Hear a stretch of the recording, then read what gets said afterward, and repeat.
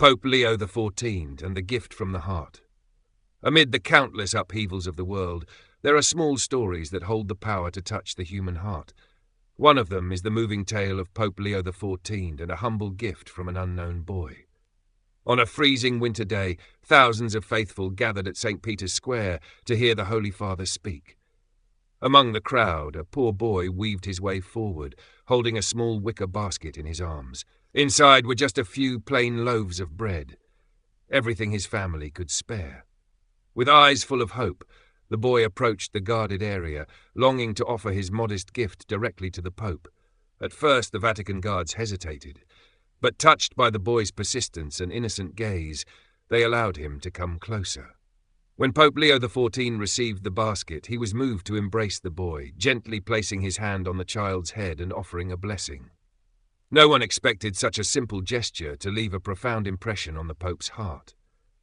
In a later audience, he recounted the moment as a testimony to love, sincere sharing, and generosity that can come from the humblest of people.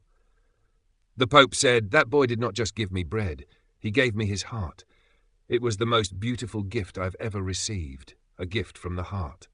The story of that simple gift quickly spread throughout the Vatican and among Catholic communities. It became a symbol of Christian charity, where love is not measured by material worth, but by sincere intention. In today's world, full of worries and divisions, this story stands as a gentle reminder. True love always begins from the heart, even in the smallest acts. In the long history of the Catholic Church, certain traditions seemed forgotten over time, only to be unexpectedly revived, carrying deep human messages.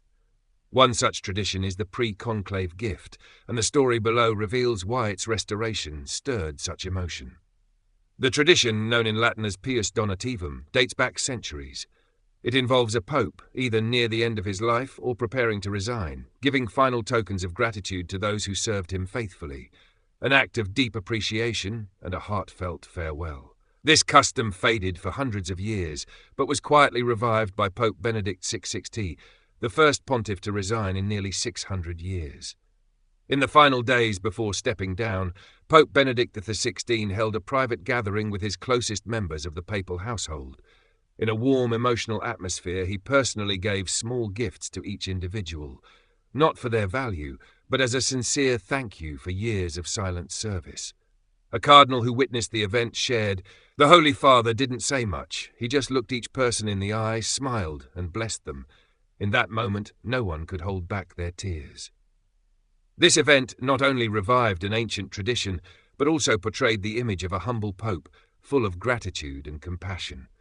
In a world that often glorifies power and prestige, Pope Benedict XVI's quiet gesture became a powerful symbol, reminding us that unseen service deserves to be honored with love and respect. In the final days of Benedict XVI's papacy, as the world grappled with the unprecedented news of his resignation, a quiet, private moment took place that left a lasting mark on those present. It was not a grand ceremony nor a major announcement. It was a simple gathering between the Pope and those who had silently supported his daily life, guards, secretaries, nurses, and household staff. Yet in that simplicity, humanity and gratitude were expressed most profoundly. Pope Benedict XVI bid farewell to each person, not with lengthy speeches, but through eye contact, gentle smiles, and heartfelt embraces. Some cried, some bowed silently, lost for words. Each handshake conveyed thanks for years of unseen devotion.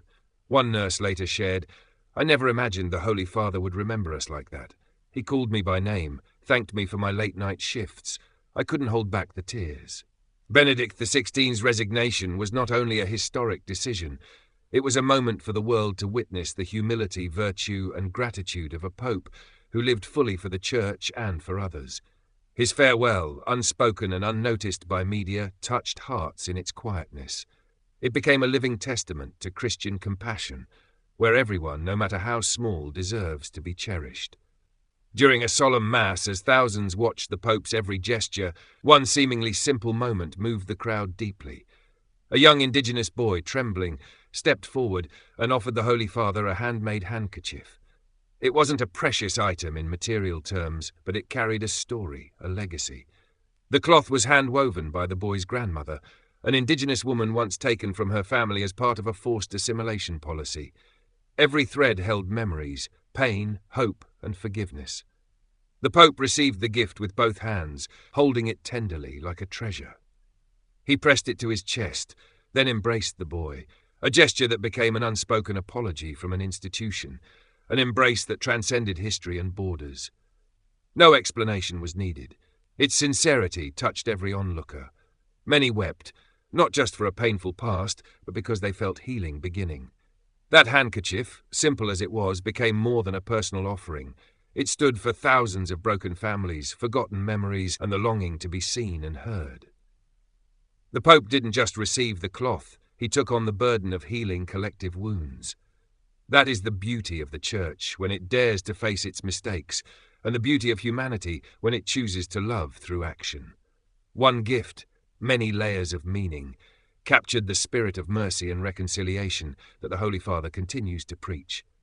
Thank you for watching. Don't forget to subscribe to our channel to continue spreading inspiring stories from the Holy Father.